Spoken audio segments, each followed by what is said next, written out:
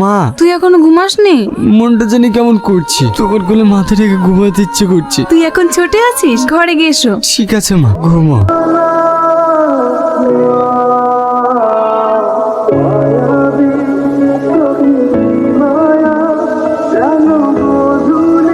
আজ তোকে সারা জীবনের জন্য ঘুম পাড়িয়ে দেবো।